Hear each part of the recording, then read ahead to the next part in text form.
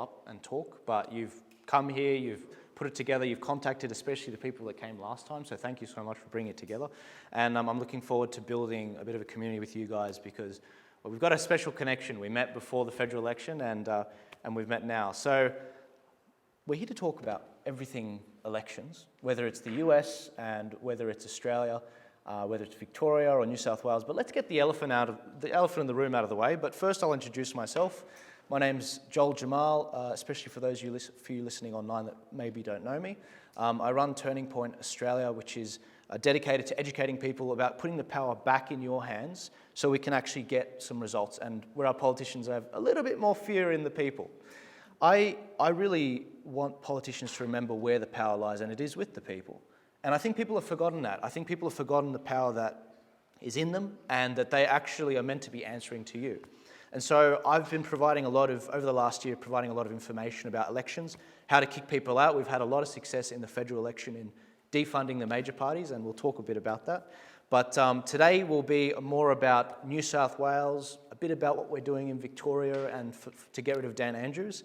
But I want to get the elephant in the room out of the way. The US, the midterm elections, we're all thinking about it. Was it good? Was it bad? It's a mixed bag. So for those of you that don't know, they've got a lower house and they've got an upper house there. It's looking like they will definitely win the lower house. Nancy Pelosi has been fired from the Speaker of the House.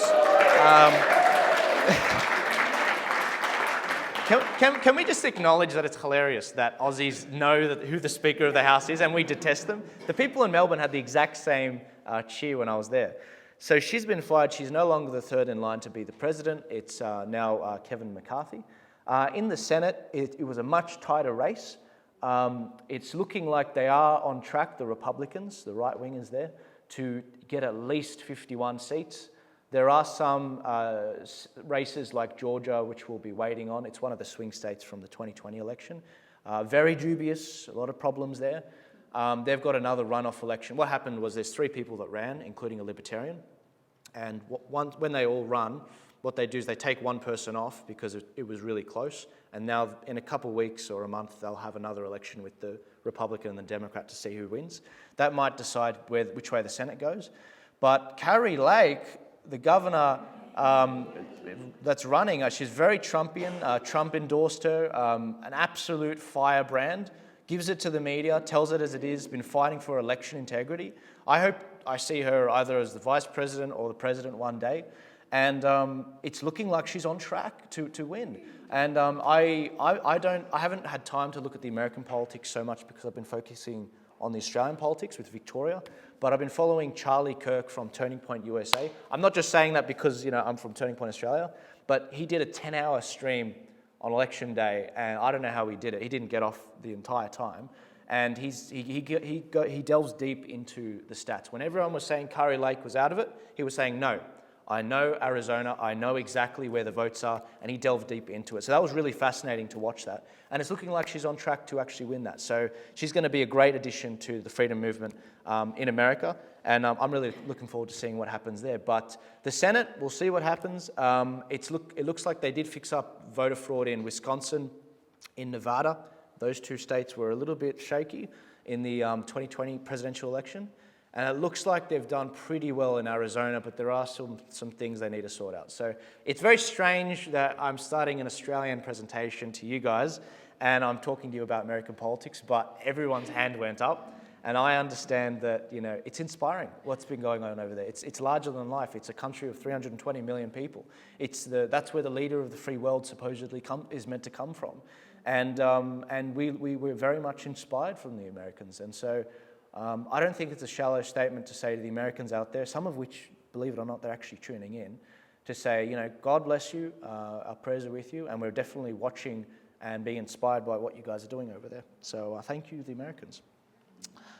Moving into Australian elections, when it comes to what I do, as I said before, education. I lost my job in 2020. I used to work in construction. I did labouring. I laid bricks, I did steel tying, concreting, and then I went on to move on to property development, a bit of a white-collar job as an assistant development manager. And the only reason I bring that up is because I want you guys to understand my background. I love this area. It's awesome up here in Charmhaven. And I really love the down-to-earth people. I was saying to Kylie before that if my car were to break down in this area, I'd probably get a lot more help than if I was in Sydney from just random people coming up and stopping by. And so I really like the social fabric you guys have built here in the community. And I understand that you guys have an element of respect for people that are down to earth, particularly those that were in the trades industry and the building industry. And so I lost my job in mid-2020 due to the lockdowns, not because of the mandates, because we didn't have the jab yet. And I was very much upset by what had happened, and I could see what was coming down the line. So I decided to keep going with a bit of a hobby, follow politics, and explain to people, one, why are the things happening that's happening? Two, why do the politicians not represent us anymore? And three, how can we kick them out of Parliament and kick them out of our lives, frankly, because government's gotten too big. And so that's where we are today, 2 years later. Thanks to people donating to me, thanks to people doing that, I didn't have to go back to the construction industry, and that's why I'm here today to give you 6, I believe, game-changing projects, some of which helped us in the federal election, defund the major parties, but ones that are, especially the new ones, you're going to like them, for this particular election. So the first project I want to talk to you guys about is the volunteer funnel. Very, very awesome, very cool. One of the problems we found in the federal election was that these major parties, they have all this funding, and they can afford to pay people $250 a day for these specific elections. And so what I thought was the Turning Point Australia audience, it's roughly 300,000 people across all the platforms, so there's a bit of double up. But what we wanted to do was channel that into the freedom parties. Now what you can see here, and all the examples you see here today, these are the Victorian parties, so don't freak out if you don't see your favourite freedom party. What we basically took was we took a very simple form, you fill it out, and you basically put your name, your number, your email, and you select the parties that you want to share that information with, and it goes out to them in an email, and just they can see it. That helps us connect you guys with them, and that helps a lot of the people that aren't like you, perhaps, to actually find a party that they agree with. And it allows us to have a bit of an equal footing with the major parties, so that we can connect people together. The volunteer funnel, it gets these parties, it connects our candidates on an even footing with these major parties. The next project I've got, I should probably go to the start and actually show you guys all the projects first. There's the educational graphics. There's the politician transparency reports. You guys are going to love that. The how to vote cards, which show people how to number their votes. The regional preference flowcharts, which is just a Victorian thing. And there's also securing the vote, which is training scrutineers. I've explained the volunteer funnel. For those of you listening online, and by the way, there's almost 300 people listening online, give this a share, get it out there. 300 viewers, if you guys share it, that ends up equating to over 10,000 people. So please give it a share, get it out there, because I know there's going to be a lot of people that want to see this. This is the policy matrix graph. Now, I know you guys can't quite see it. This will change for New South Wales, but this is the Victorian version. So you've got the freedom parties along the top. There's about 9 of them. And on the left side, you've got all of these different policies, whether it be freedom concerns, environmental concerns, energy, development and planning, public health and well-being. And what these particular projects are here for is to actually educate people on where people land. I felt that this was the best way to show that the Freedom Party should be working together. As you can see, there's a sea of green on the left and a sea of red on the right with the major parties. And people can see very clearly, hang on, we agree on the fundamentals here. Maybe one day you should all merge, firstly. But also, this is great for people when you're out there. If you want to print some of these out, these are great to show people and say, hey, this is what your party stands for. This is what the Liberal Party has been doing to you. They want to limit your freedom. They want to limit your freedom of movement, speech, religion. And I think that they should be put out to turf. And so that's probably the first one. There's also a QR code. I hate QR codes. Don't get me wrong. But this just shows you this is for the more mainstream people. It makes them feel at home when they see a QR code. And they scan it and it takes them to the Turning Point Australia website. By the way, all of these resources can be found at the link in the description, guys, for you listening online. But for those of you in the audience, tpaust.com.au, nice and easy. Everything's there. It's all been geared around the Victorian election. The next graphic also has a QR code at the top right. It's I can hear this. I can hear the laughs in the audience. This basically just shows all the parties from left to right, based on freedom, based on ethics, morals, and obviously we've got all these freedom parties on the right, and sort of the more socialist, like the Victorian socialists on the far left as well. And so this is, again, you could obviously, don't get too caught up in the minutiae of, oh, you know, I think this freedom party probably should be the best one and not that one. Don't get caught up in the minutiae of it. This is for average people out there who don't know politics to understand, okay, this is the general flow. Stay away from these parties. And as Kylie and others were saying to me before, some people were saying, oh, we voted independents. It's like, no, not the teal independents. They're over here. They're on the wrong side. You know, we've got to be voting for the ones on the right-hand side of history. The next project, oh my gosh, you guys are going to love this. You guys are going to love this. All right, so I've put a lot of work into this. So, and I think the website might be shut down because of this. This is the first time I'm explaining this in front of an audience. So what you do is you go to the Turning Point website, you put your address in, don't worry, we don't keep the information, and it spits out a political transparency report on your Member of Parliament. And it tells you what they've been up to, what they've been voting on, and what some of their comments have been during the pandemic. And so we're rolling this out for the elections. I knew you guys would like this, because you guys get it.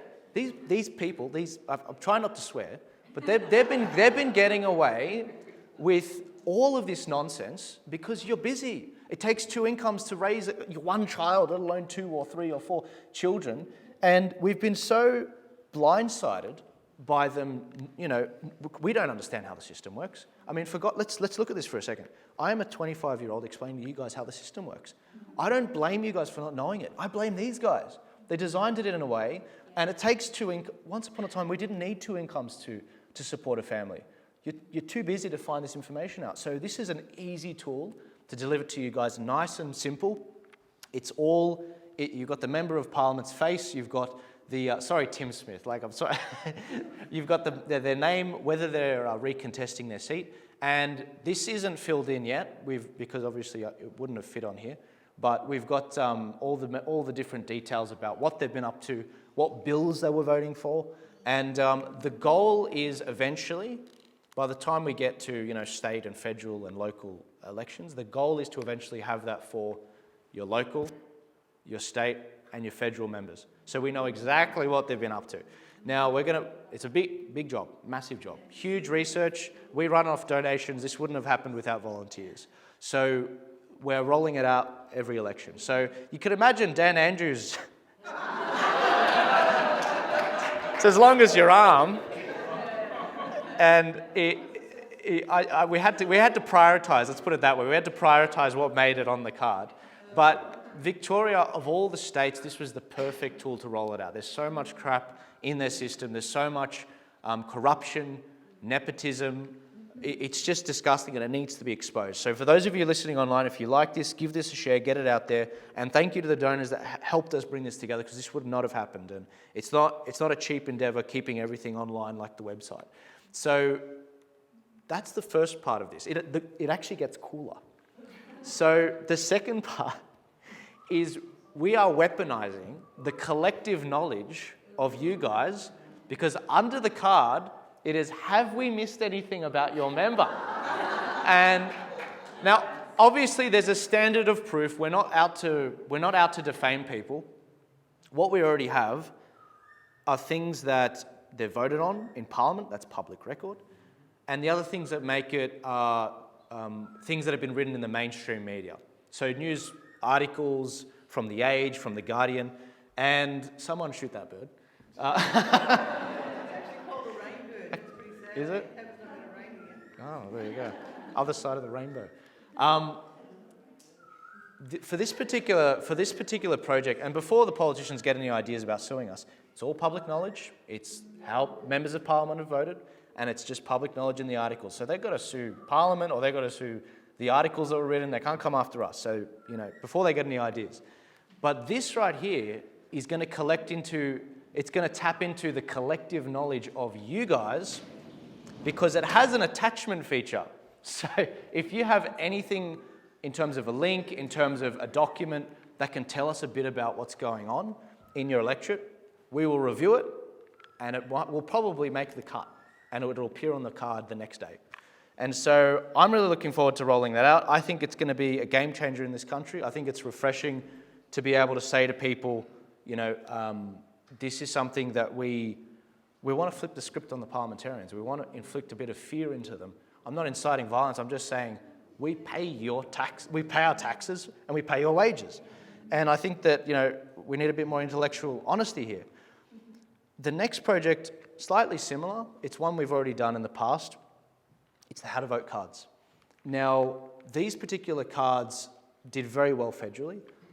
We got 250,000 downloads, and that translates into defunding the major parties by $1.4 million.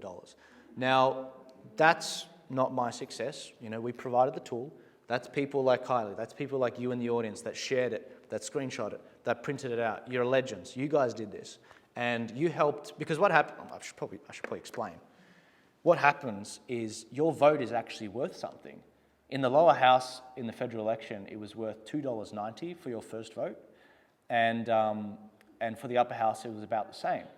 And so what happens is when you vote, you're funding these parties.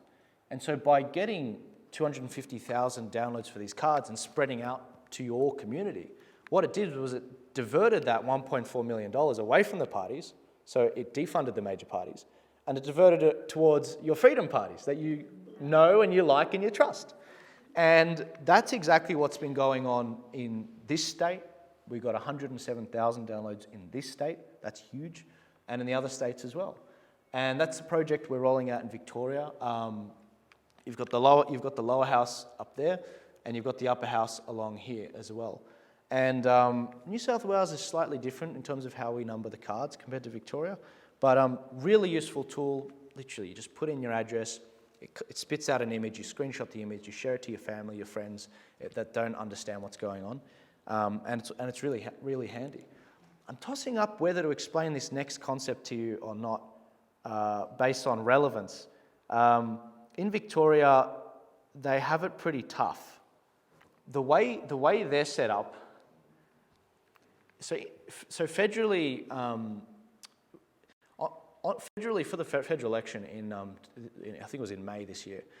There's the lower house and there's the upper house. In the lower house, it's segmented in at roughly 100,000 people per electorate. And that's those little sort of areas. And then in the upper house, it's segmented by state. And so you combine the votes for the upper house. In Victoria, it works slightly differently. You've got your electorates, but rather than voting and collecting all the votes together, in Victoria, they have it segmented in regions.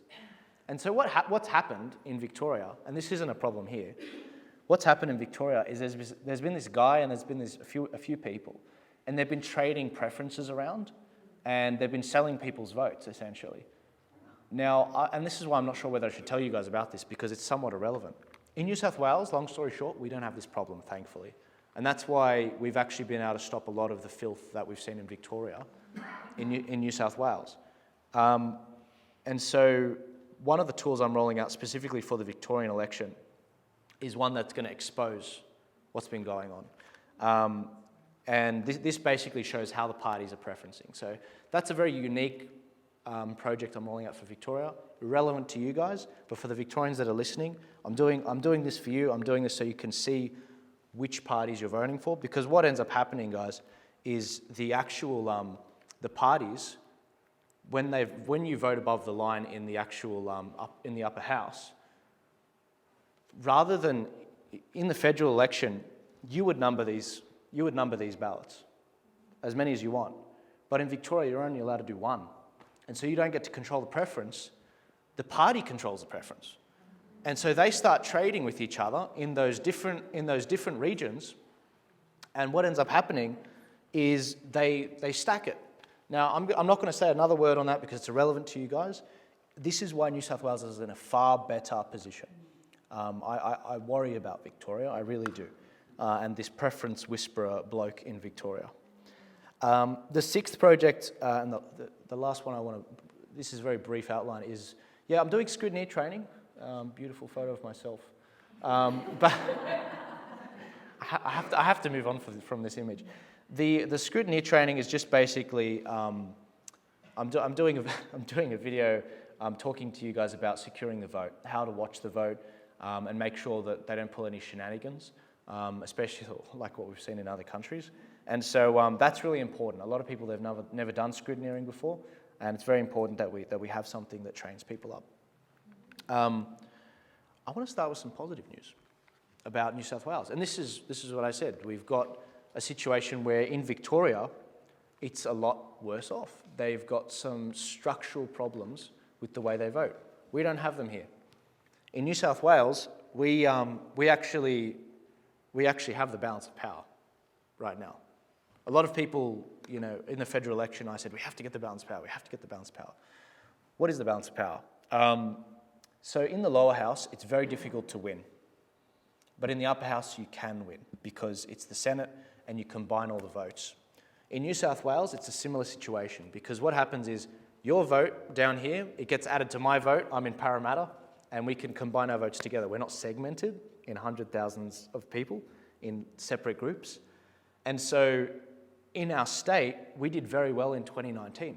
We managed to get Mark Latham up, Rod Roberts up, and a Shooters Farmers Fishers guy up as well. And so the way it works in New South Wales is when you get into the upper house, you're not in for 4 years, you're in for 8 years. And only half of the upper house goes up for election. So those gains that we made in 2019, before any of this pandemic nonsense, those gains we made, we get to hold on to them this election. And so those members at the top there, they stay on. There are 11 right-wing members of the Legislative Council, senators, upper house members, and there's 10 left-wing ones. So we're already ahead by 1 seat. Now, who is up for election this time around? Well, we've got no One Nation members. We've got 3 Nationals, 6 Libs. We've got Fred Nile from the Christian Democrat Party, which has now been deregistered.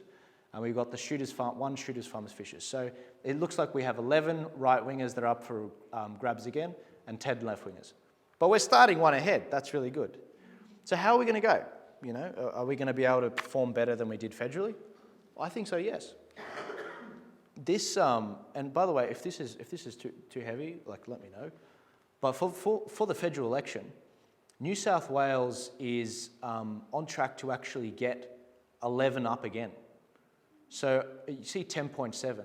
If you take the federal election votes, these are the Freedom parties, you add them together, it ends up being more like 2.8 if you add the other right-wing parties and the Shooters, Farmers, Fishers. It ends up being about 2.8. That's 3 upper house members. That's really good. 1 upper house member, it's about 230,000 votes. That's how many you need. We have enough for almost 3 upper house members. That gets added on to the other One Nation ones that we retained from the previous election. And so we could be looking at 5 to 6 upper house members, keeping either Labor or Liberal accountable and saying, hey, no, we're not going to pass anything through the upper house because legislation has to go through the lower house and the upper house. Nothing's getting passed unless you do this, end the mandates.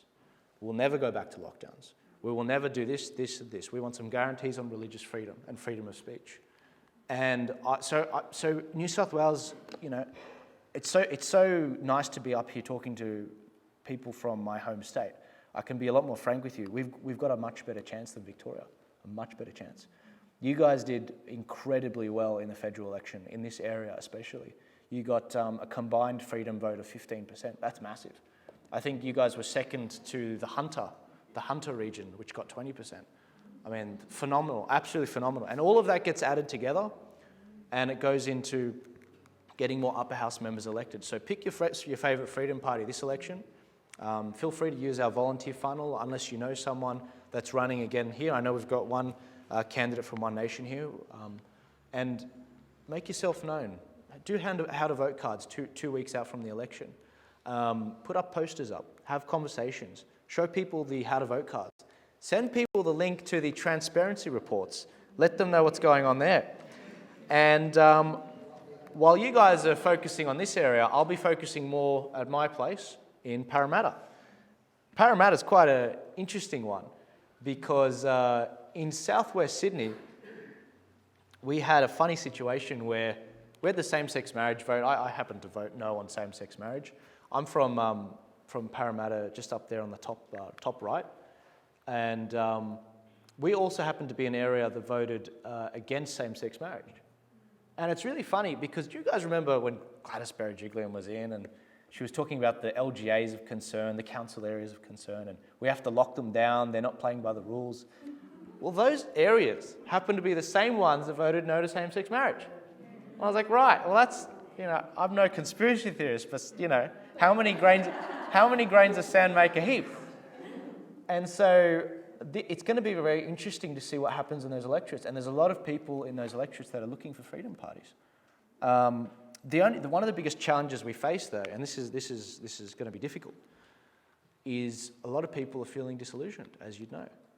This hall was slightly more full last time. And in the federal election, there were 16% of New South Wales eligible voters that did not cast a ballot that counted. 16%, that's 1 million voters, 900,000 voters. That's a lot. But that's the thing though, there's an opportunity there. That's 900,000 we could tap into. And in New South Wales, we can tap into that. I truly believe we can.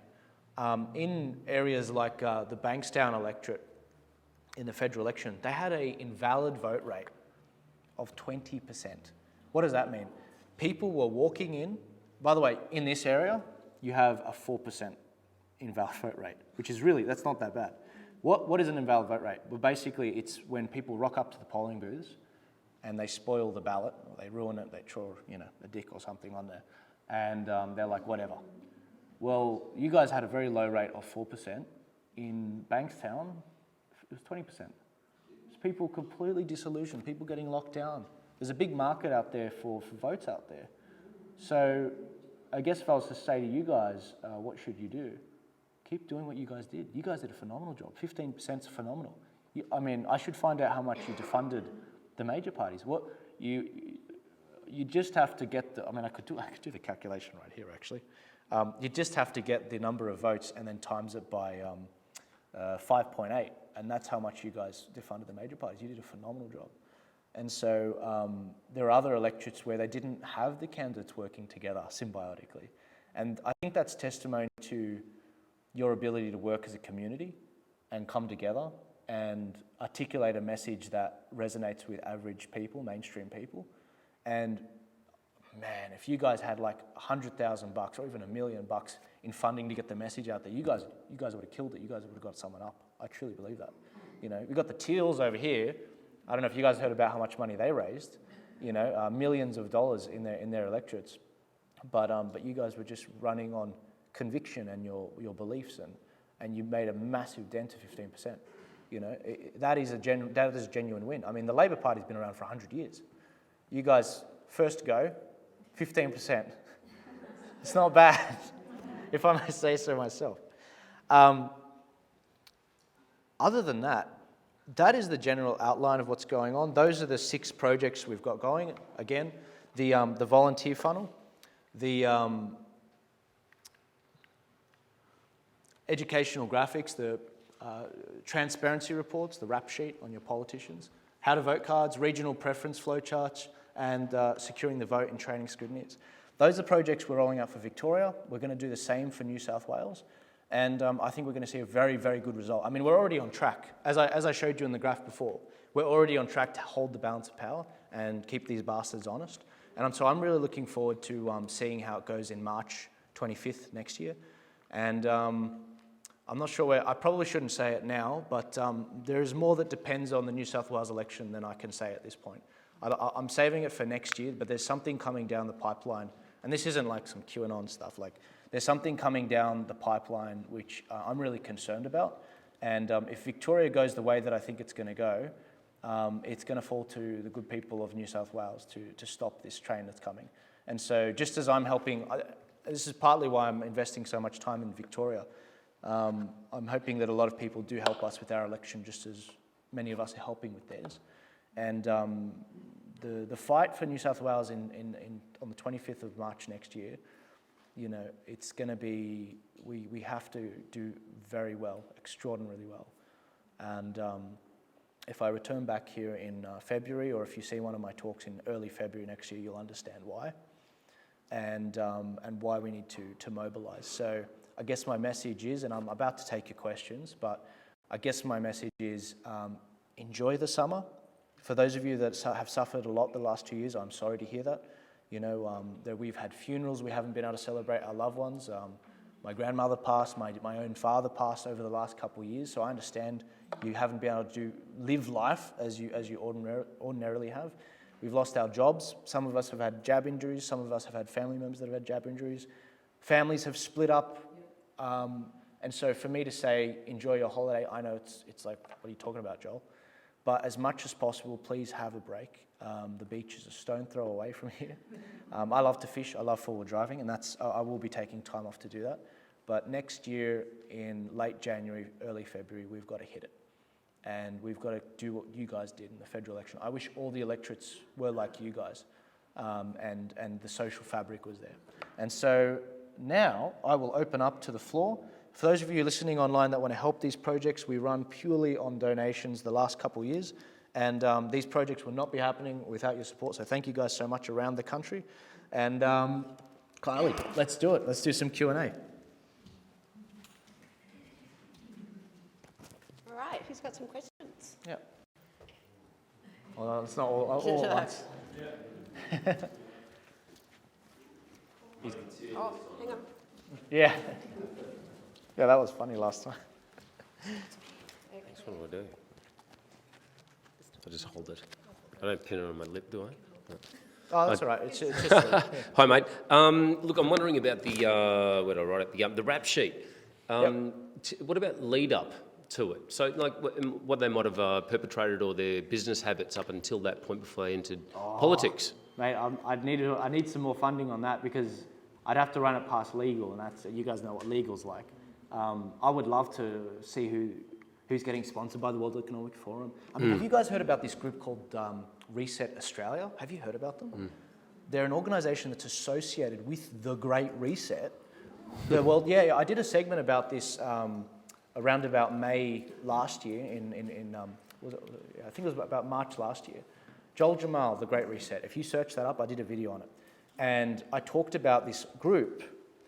One person on there used to work for the Bill and Melinda Gates Foundation. One person used to work for the Hillary Clinton campaign in 2016.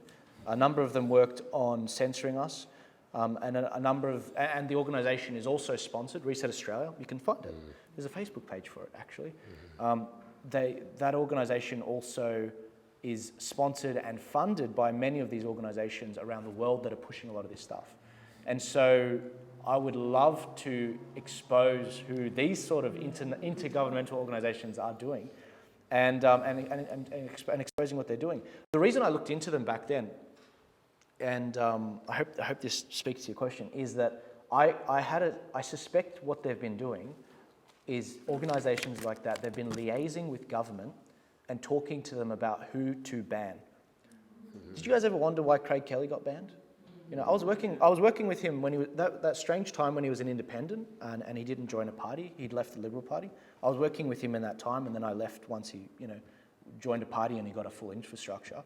I suspected at the time they had something to do with his ban, this Reset Australia group, because what they do, and I guess the best way to explain it is, this group, they point out to the Nazis where the Jews are hiding, basically.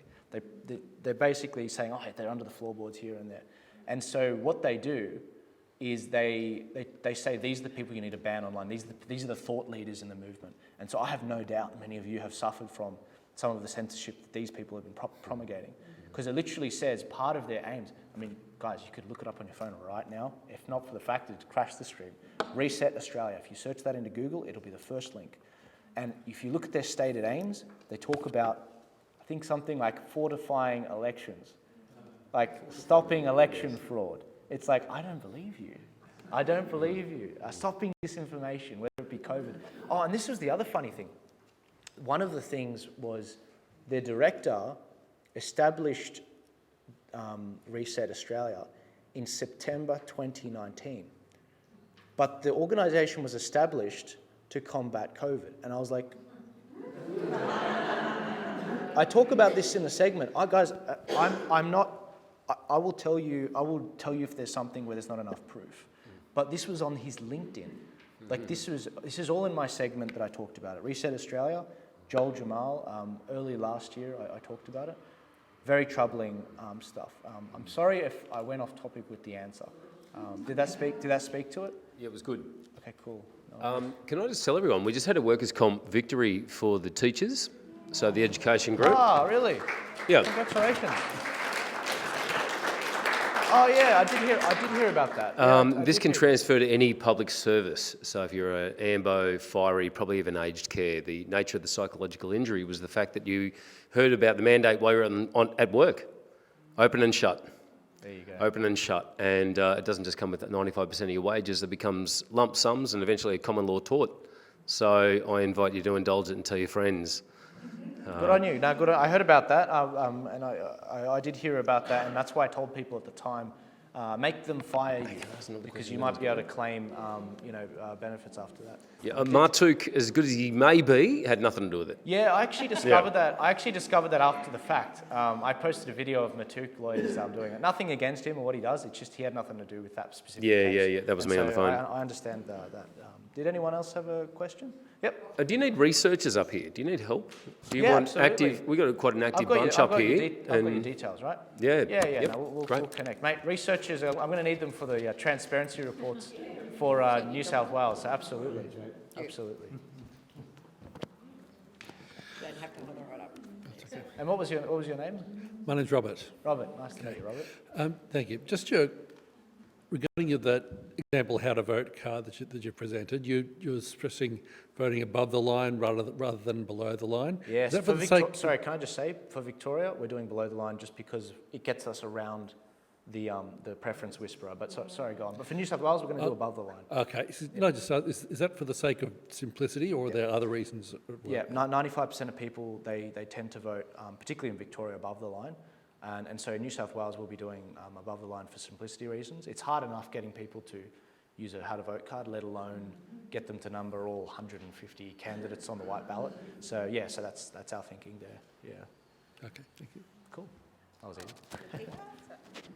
I guess this is probably a personal question, but I mean, I guess like you said, that the whole issue with also freedom parties is that there's so many, and you need the power of accumulation, right? Yeah. So I mean, I guess it's really hard to ask that. I'm not asking kind of which party to put up, but which party, in your opinion, which freedom party has the strongest chance of actually making count? Like. Sure. Can I just see if that's on? Is that? Sorry, I'm probably not No, speaking. good. Yeah, sorry. I know that voting is. I heard it. I was worried that people online didn't hear it. Yep. So I'm not endorsed by any party. I'm not a member of any political party, and there's an interesting reason why that is. But I have to. I feel like, and particularly in Victoria, they have no neutral voices to sort of be the guide and say this is how things work and this and that. Good luck, sort of thing.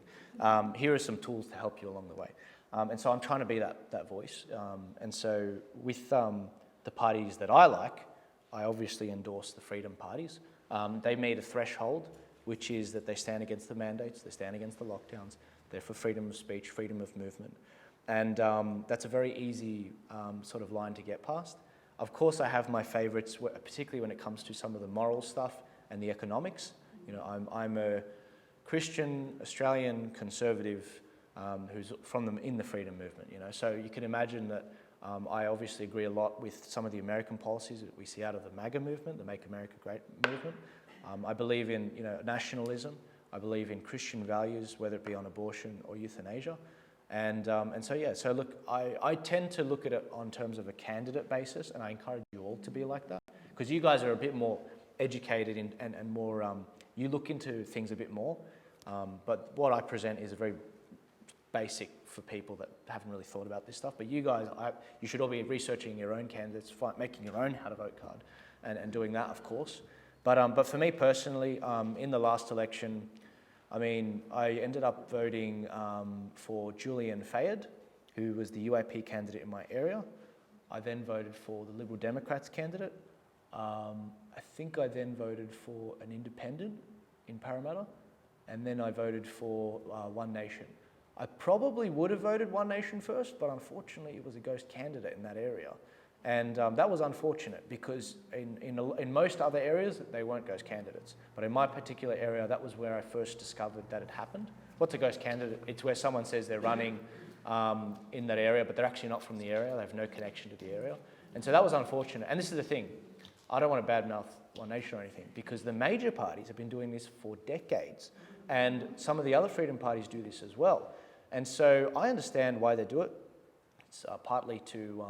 and this had nothing to do with One Nation New South Wales, by the way. This was a federal thing. And the guy that did that in One Nation, I actually got to the bottom of this. A lot of people were upset about it in the election. The guy that did that in the federal election, he got fired from One Nation. So I want you guys to know that it has nothing to do with the people in front of you today that are part of One Nation. But the reason they do that sometimes in the major parties is it gives them, it's the most accurate way to get polling and to see where your support is. And also it, if you know you're going to lose the race, why spend resources there? But it also gets them votes for the Senate as well. And so I understand why they do it. I disagree with it. There was a perfectly good person to run in my area for that party that didn't end up running because they got this other person took over.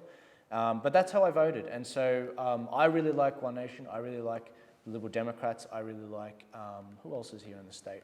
I think Family First might run unregistered candidates. The UAP is not registered in this state for state elections. Otherwise, I'd also be voting for them as well. But I think they're running independents. And those are the big players. There aren't many parties that were registered because they had to be registered by March this year. And so, yeah, so that's a very long way of answering the question. Yeah. Yeah. Yep. Hi, Joel. I've got a question.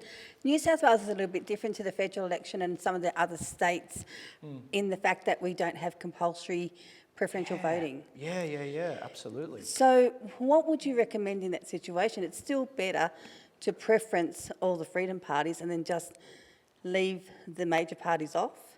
Yeah, so look, and I probably should have said this before, I am not on the How to Vote card team because of integrity reasons. I just message it, and it also stops them from getting threats and bribes and all that. So I'm not joking, like in the federal, the first time we rolled this out, it was for the local election in New South Wales, and there were people that were trying to threaten me to change certain cards, and I said, I'm not on the team. And I don't tell people who's on the team for this very reason, so get lost. And so that's why I do it this way. In Victoria, it's not a New South Wales team that's doing it, it's a Victorian team that we know, we like, we trust to do the cards and have the interests of you guys in mind in Victoria. And they refer to the policy matrix to see which candidates stand for those policies. In New South Wales, I'm not sure what they're going to do. And so when it comes to, yes, to explain what you were saying, I think we have the superior voting model in New South Wales, and this is partly why we're doing so well. On the lower house sheet, which is the green one, you have to number all of the candidates in a federal election, but on a state election you don't, and you can stop it at any point. And so that's really good because what it means is you can say, no, if you want my vote, you can come and get it. It shouldn't be a given that I just give it to the Liberal Party or I give it to the Labor Party. You have to come and get my vote. These are my policies. Here's a policy matrix. This is what I believe in. And you're coming up red, and that's it. Yeah. And for the Senate, you can also you can number as many as you want as well for the above the line and the below the line, but we'll be doing above the line. And and so look, I'm not sure what the team's going to do if they're going to cut it off at the Liberals. I suspect there's a lot of good Liberals, but also some bad Liberals like Matt Keane or Matt Green, who we probably won't back. But I'm not sure what they're going to do at this stage. Yeah, it'll all depend on that and also strategy. Yeah. Because that seems to be one of the left's strengths is that they preference. And my understanding is at the last New South Wales state election, that's how the Animal Justice Party got in, through preferences. And I think it was Fred Nile lost one of his seats because the preferences didn't flow the right way. Yep. Because the right people don't tend to, the people on the right don't preference as much. Yeah, you're absolutely right. Fred Nile, there was a guy called Paul Green. He was trying to run. He didn't end up getting up because the right-wing parties didn't preference each other. And that's why I get upset with them sometimes when they fight. I don't like it. And so part of the reason why we do the cards is so that we can tighten up that and make sure we're efficiently preferencing each other. Because if people stick to it, you're guaranteed to be putting freedom parties on top. Guaranteed. Yep. You know, we don't know which order it'll be, but that's the one guarantee we do before we even know who's running. And we do that for the upper house as well. And yeah, but no, you're right. The Greens and Labor, they transfer like 95% of the preferences to each other. So it's tough. Okay, thank you. Yeah.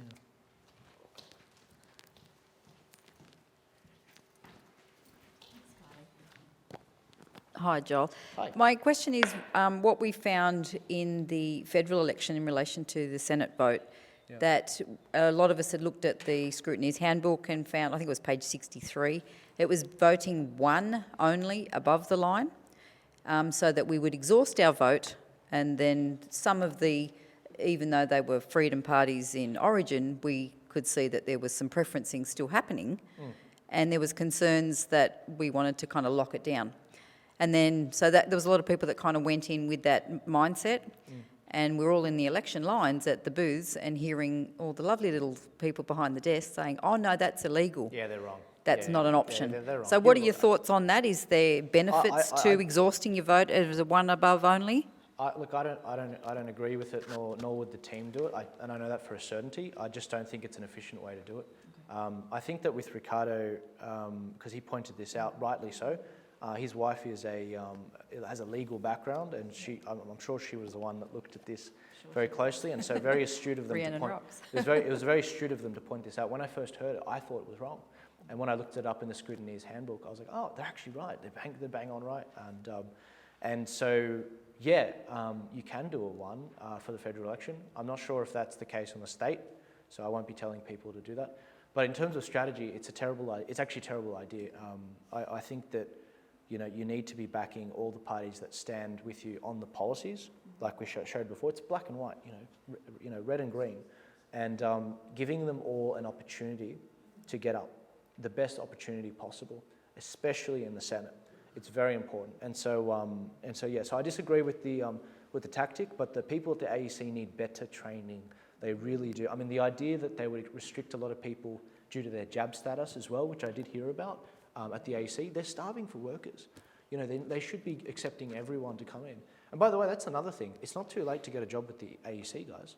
In fact, if you guys want a job with with the New South Wales Electoral Commission, and you can get it, absolutely go for it. We need more of our people in there, blowing the whistle if something's wrong, and looking at that. You know, I was astonished by, you know, what's been happening the last 50 years is we've had the long march through the institutions, which is a Marxist, you know, a communist sort of idea, cultural Marxist idea, where they march through all the institutions, whether that be the universities, the schools, where everyone gets trained, the media, Hollywood, and they've captured the mind of the West, and our children, and our priests, because even priests go through, you know, universities or colleges, and we need our own long march through the institutions. We have to recapture the institutions, including the New South Wales Electoral Commission and other institutions.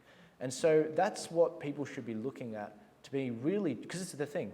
Jordan Peterson has a great rule in his new book, 12 More Rules for Life. It's where responsibility has been abdicated, opportunity lurks.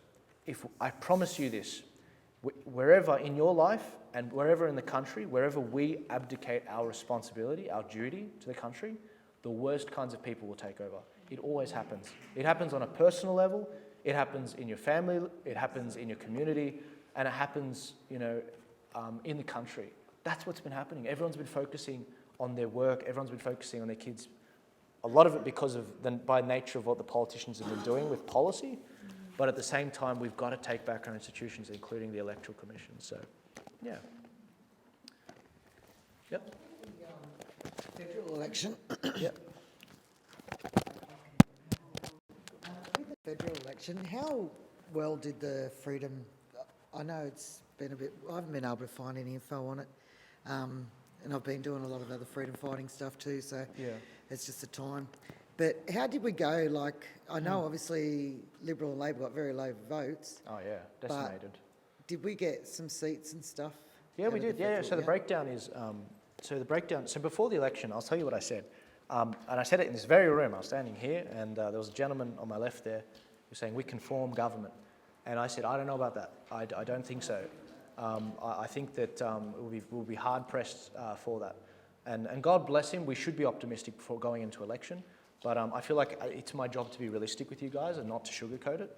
And so in the federal election, I said we'd get anywhere from 2 to 6 Senate spots. I didn't see us winning lower house spots. Yeah. In fact, I recall saying even Craig Kelly in the seat of Hughes, that's a lower house seat, 100,000 people, he's had that seat for like 11 years. Even he will lose his seat. I said that at the time. How do I know this? Because I used to work for him when he was an independent for 3 months when he was getting banned off everything. I was getting him onto Telegram.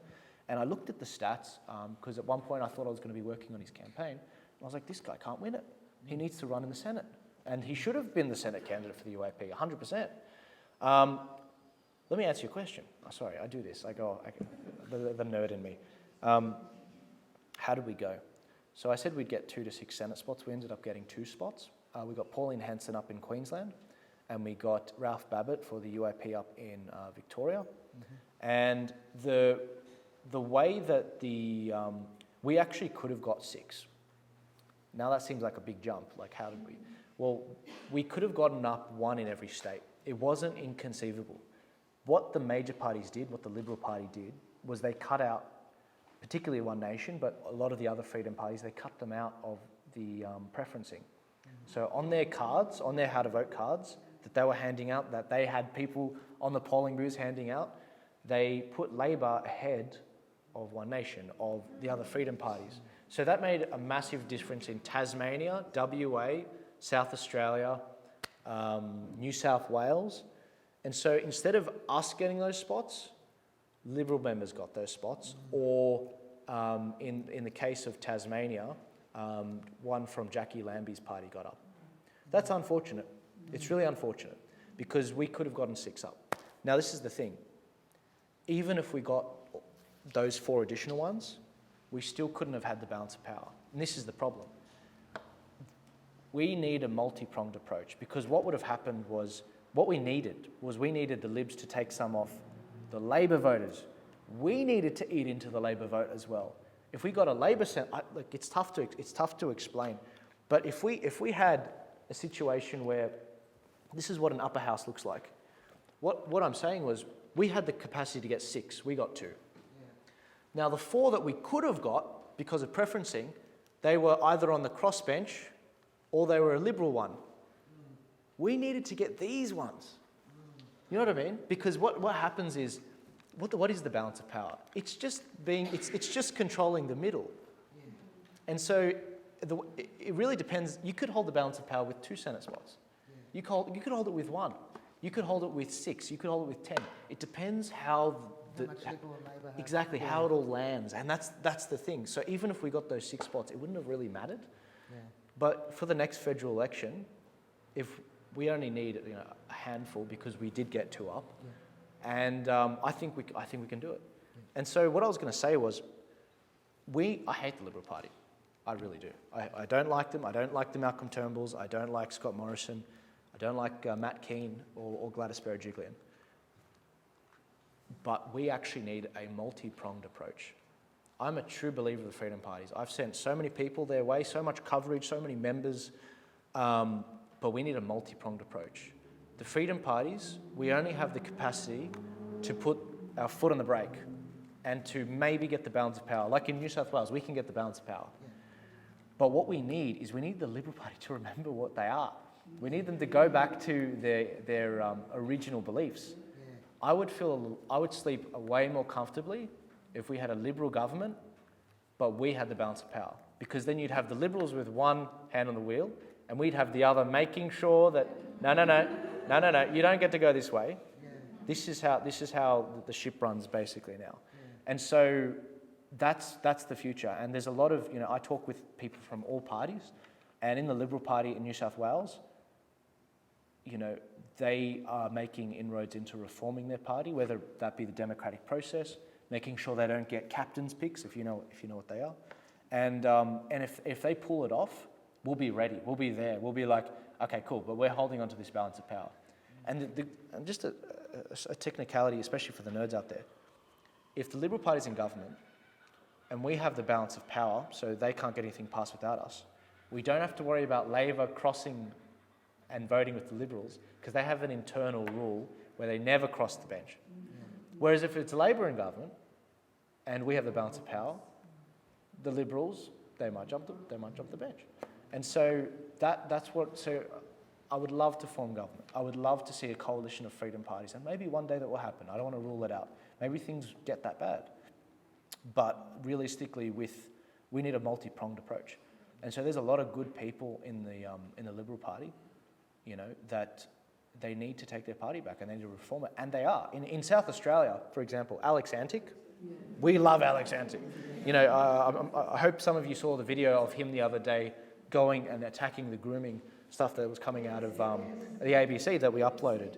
And Antic he is probably one of the best people to lead the Liberal Party conservative movement.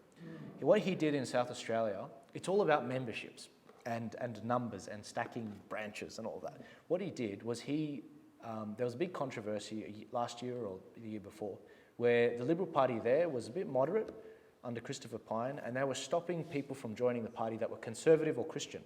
They were stopping it. And so the backlash has happened. Alex has sort of been really directing and holding hall meetings like this, and they've flooded the membership. They've flooded it with 1,000 new net members. They went from 4,000 to 5,000 new members. Massive. Massive. And so what happened was, so now they've got greater control over what policies they run on, which candidates get pre-selected, and what strategies they generally they do. And so there is a case to be made if you're in South Australia that you should join the Liberal Party and to push it there. But then again, there's some great people over there. There's Sarah Game. She's the upper house member, the member of the Legislative Council. She's with One Nation and she got elected, so you might want to get behind her or some of the other parties. But do you see what I mean? It takes a multi-pronged approach. You need both working together in order to get this working. Because at the moment it feels like they're both just Yeah. they're both signed up with the WEF and they're both just leading off one or the other. All we're doing is changing the CEO of the corporation. Absolutely. That's It what was seems the like. Liberal Party that locked up Pauline Hanson. It was the Liberal Party that locked us down as people. Yeah. It was the Liberal Party that mandated the jabs, and they handed the tools to the states to actually mandate the Yes. jab. You guys, Yes. many of you heard this many times. For those of you who haven't, the federal government has access to your My Health records that we mandatorily we adopted because those forms that we never read. But, do you want to integrate this system with that system? We're like, yeah, just give me my information so I can complete this Centrelink thing or that thing or whatever, government stuff. And so the federal government is the only one that can mandate the jab because what happened was they had a tool which gave them access to all people's information. And then what they did was they gave that information to the states. And now George Christensen blew the whistle on that. In 2020, there was an internal discussion and he said, we can stop people from losing their jobs and this information being used against that. If we just add this condition and that condition, and they said, oh no, it'll never happen. That was the health, Greg Hunt, the health minister, he said, it'll never happen. And it happened. And so when Scott Morrison said, we don't have a policy of mandatory jabs, absolute crap. Yeah. Absolute He still crap. He mandated handed it. them the tools. He still mandated it. Yeah. Anyway, he needs to go. And in his electorate, we did very well. Same with Gladys. He was She in needs to his pay electorate. He was sitting on 19%. It was like the 8th safest seat in the country, and we brought him down to 12%. So we chipped away at it. So there were some seats where, like his, we wanted to sort of cut him down to size, so that in the next election we might be able to get him. Yeah.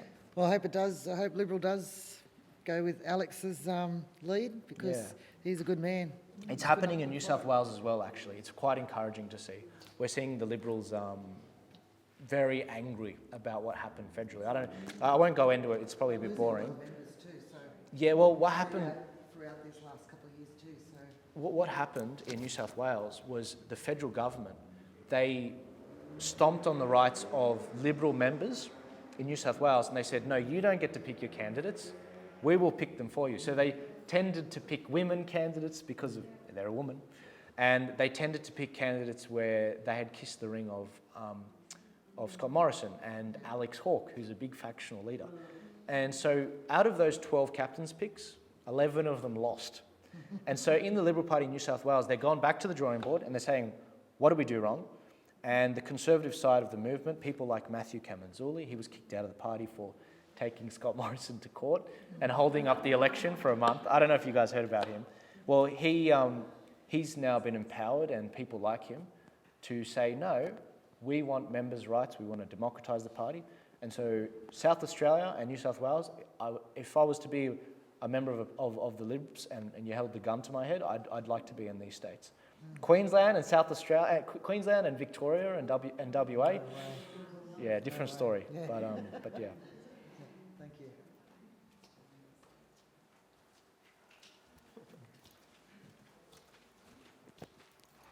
For those of you listening online, all 200 of you, give this a share, get it out there. We need more people to hear these chats. I just wanted to ask how we can support you. Where do you donate? Oh, Just well, the thank website? you. No, I really appreciate that. If you click the link on this stream, if you go to the Turning Point Australia website, tpaust.com.au, there's a donate link at the top. If you click the link on the stream, there's bank details there as well. It all goes into these elections. You know, I fund it out of my own pocket, and these projects wouldn't happen without your help. And so, no, look, thank you so much for asking. I really appreciate that. Yeah. Thank you. Thanks for everything you do. Cheers. And thank you for what you do. I'll be meeting with you very soon to look at what we can do for this state. I've been working very hard on New South Wales since 2019, actually. There's a lot we need to do for this upcoming election. Yeah. Hi, Jammal. My name's Christine. There's 4 of us down from the Hunter tonight to see you. God bless you. To You guys have got a chat. 20% in the freedom Oh, we votes. did. Well We done. worked really hard up there. We actually just did some really basic education nights up there. I rang all my neighbours who said to me, oh, we don't vote, we write save the trees on the form and fold it up and stick it in the tree. I said, you can't do that. You know, you've got 1 vote. You need to come to my place and learn how to vote. Yeah. I had like 30 of them, dreadlocks, barefoot, all turned up. Yeah. And not only did they turn up to learn how to vote, and here's my daughter and I throwing together a PowerPoint presentation the day before, because we didn't know how to vote ourselves. We had to Google it all. We threw it together. Not only did they come and learn how to vote, they manned the booths. They did amazing. We had pre-polling was covered. You know, polling day was covered, and they did an amazing job. So I suppose and we just started a group actually up in the wineries, and we've got over 100 members, 4 months, Well and done. we're gearing I up. wish more people would do that. I wish more people would do that. Yeah. Well done. And that's what I'm talking about. The further you go out from the major cities, you get cool And groups like that. We're actually gearing up for the state election, but we're also gearing up for local elections in 2 years. Yeah. And we'll be ready, I hope, for the next federal election, because we were behind the 8 ball. You know, we were learning as we went along, like probably a lot of people here. But, you know, people are keen. They want change. They want getting them to understand that they have to step up. Is there a question at the end of this? Or? No, that's it. I just wanted to say thank you. Thanks, Joel. No, thank you for what you're doing. I wish more, you know, Graham Hood, love Graham Hood. Hey, there you go, Graham. I'm trying to support what he's doing as well, because it's like that. He's going up, he's in Queensland now. He's been doing this around the country, meeting in groups, having that face-to-face time. People are craving it. You know, the town hall, the pub, that's where democracy happened in history. And we're social creatures, so what you're doing is God's work. It's going to keep this country going, and it's very important we educate the young on why you're doing that. So well done. Thank you so much. Howdy. How you going, Jammal? Got John Boy here. As you know, this model here is actually modelled off the 1986 Australia Act, the illegitimate one. Do you see it being able to be produced back into the 1901 Constitutional Act, where legislative process has then got accountability? Nothing is set in stone. Everything can be reversed. But you are asking a construction guy about legal issues. So I'm gonna deflate my tires a bit and say you're asking the wrong guy. You should be talking to Professor David Flint, Professor Augusto Zimmerman, and Dr. Stephen Shavura. They're my go-to people on all things constitutional and stuff like that. But Mate, you just reminded me of something. In Queensland, they abolished their upper house. They don't have an upper house. Now, I reckon we can bring it back. I think we can. And if they do, they can have a balance of power like what we've got here. You know? Well, if we go back to the 1901 constitutional base, we've got accountability. That's what we haven't got at the moment. And that's why they're running amok. Yeah, So, absolutely. you And know, you know we what, need to have we the can do a accountability back again. constitutional convention as well, where the states come together and meet. I think our constitution's out of date. I think it's not adequate for the times. I think that we need to bring it back together and back to basics.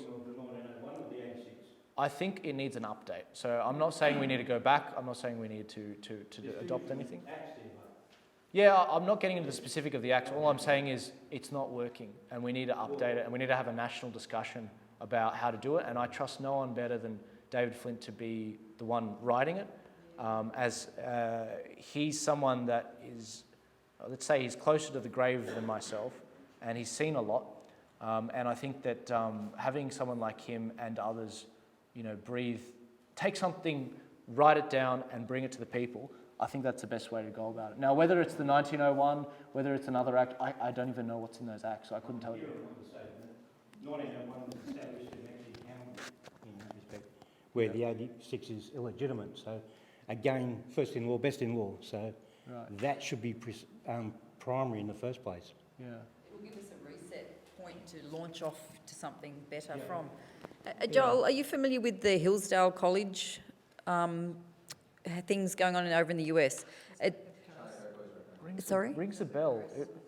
It rings a bell. The Hillsdale. Not that I know of. So they're basically running, it's a free service you can basically do a subscription to, and it's all about what makes a good constitution. Yeah, I've heard So about that. they're like yeah. 30 minutes, there's about 11 or 12 episodes, really good to have a look at, because at some point in the future, we're all going to be having this discussion about what do we want in a new constitution once we hit the reset button, our reset. Absolutely, yeah.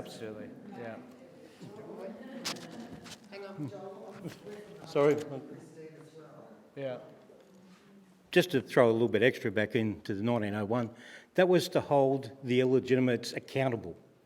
That's the main thing. That's the 8601 that we've got here now. Yeah. Nobody's been held accountable. No, I agree. So, Did they have recall elections in that one? Sorry again? Did they have recall elections in that? Well, no, they actually accounted it proper. We had writs for the actual elections, and we didn't have preferential parties or anything like that. It was the individual that you promoted yourself. Yeah. If your people elected you, well, then you stand in there. Yeah, there was no such thing as parties or anything like that. This is where it's sad, because now you're building a system and putting people in a system. You forgot about the people. The people are the groundwork that really need to be in there. I totally agree. I just the think preamble of the actual Constitution states the legislation process is the Crown, the Senate, the House, and the House is us. Yeah, we look, the people. as I said before, I'm not pretending to understand all of that. I think there's a lot of lessons in the US we could learn, things that work, like recall elections, which aren't in those particular acts, as you just said, which I think we might be able to find some use for here. I think also, you know, the parties should adopt primaries, and we don't need to amend the Constitution for that, just the Constitution of the parties to do that, so that we have debates. I can't wait to stream debates within the party so that they nominate people. You know what I'd love? And this is a free idea. Anyone that wants to make money on this, go. I would love to see the freedom parties merge together and take those external battles and have them in the form of a primary. And then when they pick a candidate and they have their little factions and voting and whatever, like they do in the US, they all go behind that one candidate and they smash it. I would love to see that. You know, I think that would make more sense, and it'd make, you know, economies of scale. We'd combine resources a lot better. But Joel, with the we're from the Hunter Valley with Christine and the Christine's group as well. So we all did the volunteering for the pre-poll and the polling and on the election day and everything like that. When it comes to planning to try and get the volunteers in, how far out do you think we should be organising scrutineers and polling booths volunteers? Because I think, like, the federal come up quick sort of thing. We've got time now to plan and put it out, but at the same time, you don't want to go too early because people, I don't know, what sort of timeline? It depends. There's different forms of preparation. You should always be building community. You should always be doing things to think about how you can call on people when the election comes around and educating them. You should always be thinking about that. I mean, these meetings every couple of weeks is great. So you should always be building your database of contacts in the area. I've been preparing for New South Wales elections since 2019, but more intensely since June this year. I've been looking at the candidates that are running for New South Wales, especially for some of these parties that you see up there, and I've been seeing who we're going to be working with, and if they need training, providing them training. In terms of volunteers, absolutely, should be building up contacts. We don't really need to hit it hard in terms of we need their help until 2 weeks, the 2 weeks of pre-poll. You know, like for example, Victoria, and this is why I love talking to you guys while Victoria's on, because it's a live example. Their pre-polling starts on Monday. We find out who's running tomorrow. I'm not going to get any sleep over the weekend because we're going to be working on the how to vote cards. And Monday, pre-polling starts. Typically in areas, there's only 2 polling booths. Like federally, for example, in Parramatta, we only had 2 polling booths, one which got 90% of the votes, one which got about 10% of the votes. You just have to man those 2 polling booths throughout the day. Make sure you have 6 to 8 people at those polling booths, because the major parties definitely will have those numbers, and do that on the Monday until the day of the election, because it happens on the weekend. And for God's sake, do not protest during that time. Do not protest. You should be at the polling booths. There's a lot of people that plan to protest in the middle of Victoria's election, and I'm like, anyway, side note. But in the pre-polling, that's when we need volunteers there. Scrutiny training should, of course, be held within a month, maybe even sooner. You know, like we're not rolling our scrutineering video out until like next week for Victorians, to just a very simple video to educate them. This is what you look for. When they do this with the ballots, watch out for that. You know, this is how you can quickly check what they're doing, even though they're doing it quickly. These are the questions to ask. So within the last 3 weeks before Election Day, that's when a lot of that needs to happen. Election Day, very difficult to man all the polling booths. There's a project which isn't on here, which I hope, if I have the funding and I have the manpower, volunteer power, and the tech, I want to make a program for you Freedom people so that you can share your knowledge with each other. I want to, every project you see here, it's trying to get the Freedom parties to work together. One of the things, and if someone beats me to it, awesome. Just make sure you do a proper job of it. I want someone to make, I mean it, because otherwise people sometimes they do a crappy job and then people get turned off by it. If I want a program where it's very simple, you go to the website and you can see where your other Freedom Party people have volunteers. So only the managers in the party would have access to it. So there might be maybe 50 people across the Freedom Parties that have access to it. And you can see, you don't see any names, but you can see, okay, you know, the UAP have scrutineers at this polling booth. They can watch our ballots and we'll watch theirs at this one. You know what I mean? Like that sort of thing. So you sort of have a bit of a game plan going. I want to do that, and I want to build something so that they can do that and do it for free, yeah. Because we seem to have a lot of volunteers for handing them out, but not so much scrutineers, and I think scrutineers is really, really important. Yeah. So like maybe 4 to 6 weeks out, try to get people's names that are pretty well confident they're going to volunteer, and then we can work out how many we need, how many polling booths. Yeah. Being the state, you would think you would have more chance of getting more volunteers to do each poll compared to when it was federal, because you just got, I don't know. Yeah, look, I'm not sure. Well, look, that's partly what the volunteer funnel is about. It's about channeling our audience to help you guys. But yeah, absolutely, you should be getting names now. Early on next year, mid-January to late January, start, getting names, and yeah, start having fortnightly meetings next year and go from there. But as I said before, enjoy your break over the summer. Remember why you're fighting for this and why we waste time. Don't be like the Americans. The Americans, they live to work. We work to live in Australia, And I think that we really have to remember why we're doing this. Spend time with your family, assuming they haven't, cast you out, and I'm sorry to those that have. But I smile because there's been some crazy stories. There was one girl, she was 26 years old, and her father, because she wouldn't get the jab, threw her out of the house. Asian background. And she had to, she was a young working professional, and she had to just find, just like that, find a rental, make it work and this and that. And look, some people would say you should be moving out at 18 anyway. But the idea that that happened, the idea that that happened because of your jab status is just ridiculous. From your own father. I mean, like, anyway. So look, I hope everyone has a break over the summer, and I'm looking forward to picking the ball back up in mid-January with everyone. But yeah. Watch out for the weather. Watch out for the weather. Yeah. Where's Cut? There you are. Hi, I'm Sharon from the Hunter Valley as well. You briefly touched on getting the young people involved. Any ideas? Yeah, well, part of me thinks it's not your job, to be honest. Part of me thinks it's a me problem. I have to, don't get me wrong, you should all, if there's the opportunity, you should absolutely have a conversation with a young person and think about things that concern them. Like, if there's something to do with taxes, there's something to do with, something that would appeal to them, then be like, yeah, that's something. I've tried. Yeah, I'm on TikTok. I'm doing very well there, building it up. I'm trying to reach them, but it's so funny. I was getting and I don't care that this is on camera. I was getting a haircut during the lockdowns, and the lady that saw me there, she was like, "Oh, I've seen you on TikTok," and I was like, "Wow, I'm not even on TikTok yet," but someone was uploading my videos, there was one video. I was talking about there being a royal commission into COVID. Tony Abbott was calling for it. And someone uploaded it. It got like 70,000 views. And next thing I know, this lady that's cutting my hair was like, "Oh, I saw you on TikTok." And I was like, "I'm not on TikTok. What are you talking about?" And so I realized there's something there, and I need to jump on. But I say it's a me problem because Turning Point Australia is it's associated and licensed by Turning Point USA. They started 10 years ago. They started in the universities. They start chapters where they give young people a safe space. It's so woke. But no, like a space where they can discuss ideas. You need a safe space on the universities because of how bad it is, in the education and all of that.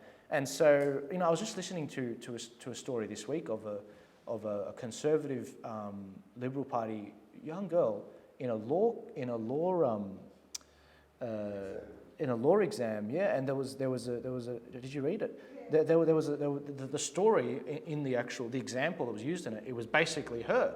And she felt she was being bullied, and it was explicitly it was just disgusting. Anyway, the point is, there's not free speech on the campuses, even though they receive your tax dollars, these universities, and the government should be, flexing their muscles. The Liberal government should have definitely, flexed their muscles. Dan Tehan was the education minister.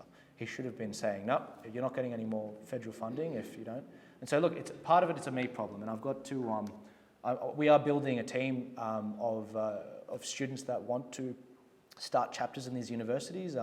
At the Nigel Farage event in Queensland, I introduced the audience to a guy named Barclay, and he's someone who's starting one of our first chapters up there. He's already got a group. They're already doing their weekly meetups, and we're going to start getting speakers out to them, like senators, to come have chats with them and to sort of engage. But it's just like this. But it's for the young'uns, Well, I work with a lot of, I used to before I become unemployable, no jab, no job.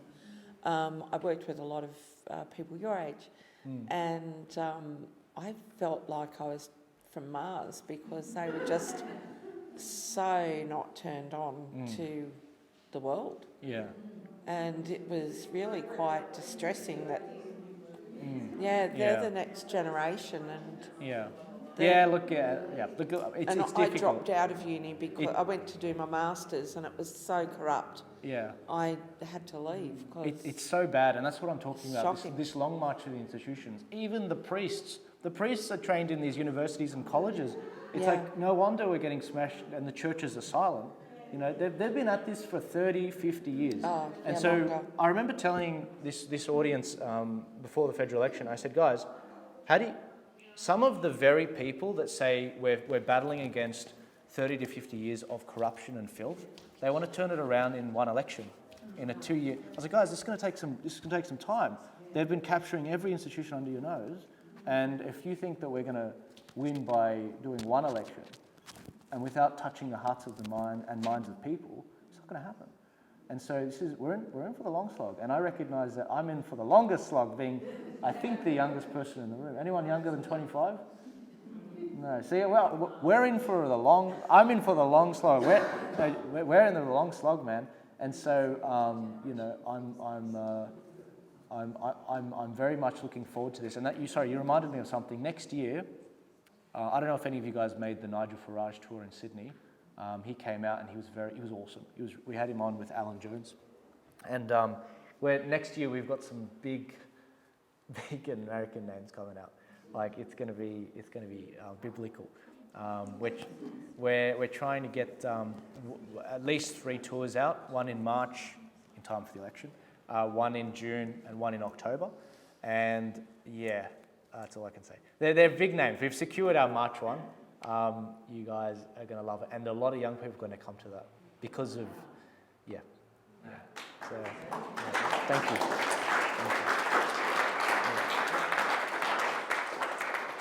Was there another? Any more questions?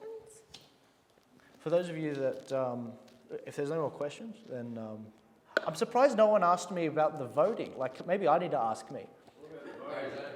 No. The Australian. I talked about Arizona at the start. All right, I need to do this because some people are often too shy to ask. Joel, why should we vote? Joel, our votes don't count. Joel, what's the point? So I'm just going to ask myself that. Yeah. Often, this is what goes on in my mind. Often with these sort of forums, whenever someone asks that, or whenever someone leaves a comment like that, the first thing I usually say to them is, "Oh, are you scrutineering? You have an abundance of understanding of how the votes are being rigged. Are you scrutineering so you can watch out for it?" And in most cases, it's a no. And so I don't have a lot of patience for people that tend to say that. Are there problems in our system? Absolutely. Oh my gosh. I did a whole interview with Professor David Flint, and he said, yep, we've got dead people voting here. We've got this, we've got that. But is it irreversible? Absolutely not. Absolutely not. And we still have, it just means that instead of winning 50% of the vote, we need to win maybe 55 or 50 or 60% of the vote, Look, those are just example numbers. Don't take that to the bank. You kind of look like an older version of Topher. I couldn't say. I was like, Topher's in the Topher Field. He made Battleground Melbourne. Yeah. He ran in Tasmania for the Senate. But no, in Australia we've got a lot of problems where, for example, there are some beaches in Queensland where you've got houses on one side and you've got the beach on the other side of the road. And there are people that are voting, and their address is on the other side of the road where the beach is. All along, thousands of them. And so it's like, whoa, okay. So it's not perfect. We've got a lot of things going, especially in Victoria especially, it's particularly bad. But as I said before, New South Wales is one of the last citadels, the last bastions of freedom in Australia. And I say this as someone who had the police come after me and charge me like $30,000 for my case and all of that. And so it's got a lot of work to do. But in terms of the vote, we can absolutely turn this around. We saw a lot of success in defunding the major parties in the federal election. As I said before, our How to Vote cards defunded the majors $1.4 million. And the election's coming up, it's just going to keep getting better. I can guarantee you the people in our movement, they're not tuning back into the mainstream. They're not. The government has systematically been pissing off different groups of people. We just happen to be the COVID round. Some people have been on about this for years, about the jabs. And I have no doubt, the climate change stuff will be one of the next things that come up. And yeah, so look, we've got a lot of big fights coming up, but the election fraud, it's not as bad in Australia as America. And even in America, they are making it work. So if they can, I think we can. Yeah. Cool. Right, thank you guys so much.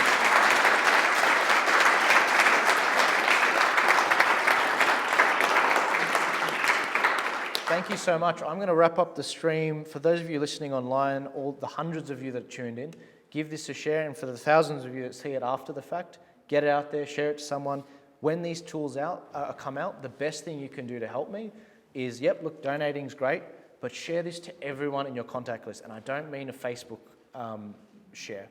I mean, send it to all of your contacts in your messages, in your phone, everyone. That's the best way of networking, Rule 101 for networking. And that'll be the way we make a change in this state, in Victoria, And especially those transparency reports. People are going to love them. But thank you guys so much. Thank you, Kylie. Please put our hands together for Kylie. And I want to thank you for bringing this together. Guys, keep meeting. As I said, don't meet too often, but don't meet too little. Have a break over the summer, and we'll hit it again in late January, early February next year. And I hope you guys have an excellent Merry Christmas and a Happy New Year. Yeah. Thank you. Thank you.